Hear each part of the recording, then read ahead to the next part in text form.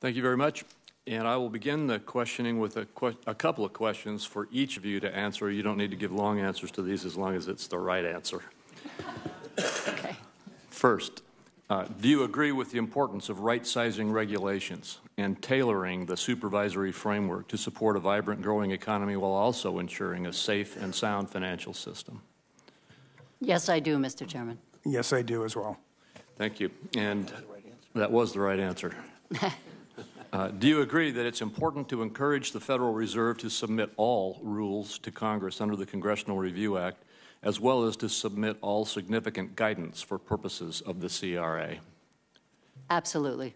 Yes, I do. All right, thank you.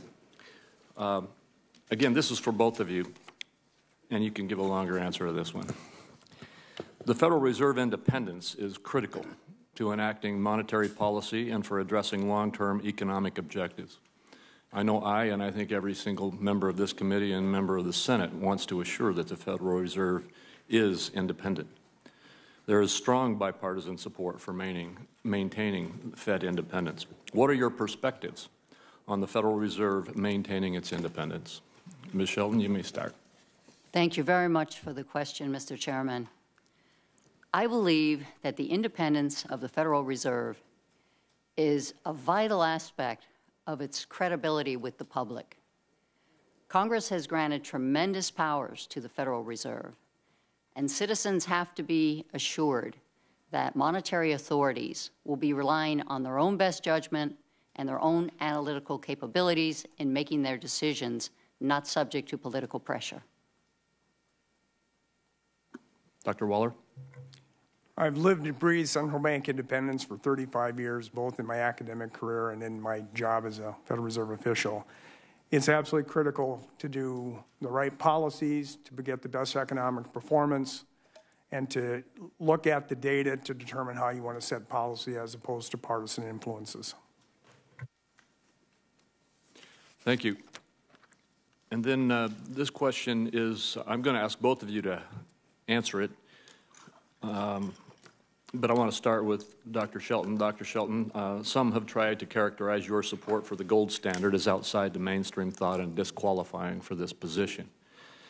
What exactly are your views on monetary policy and the gold standard? I would not advocate going back to a prior historical monetary arrangement. I think it's really important to acknowledge that the power to regulate the value of U.S. money is given to Congress by our Constitution.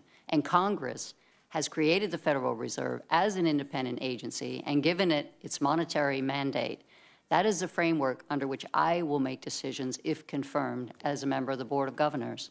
I have looked at historical systems going back to the beginning of our country because I think you can gain valuable insights by comparing economic performance under one set of monetary rules versus another. But money only moves forward, and we see it evolving faster than ever these days. And so I only use it to give perspective on money. Thank you. And I'd like your views on this too, Dr. Waller.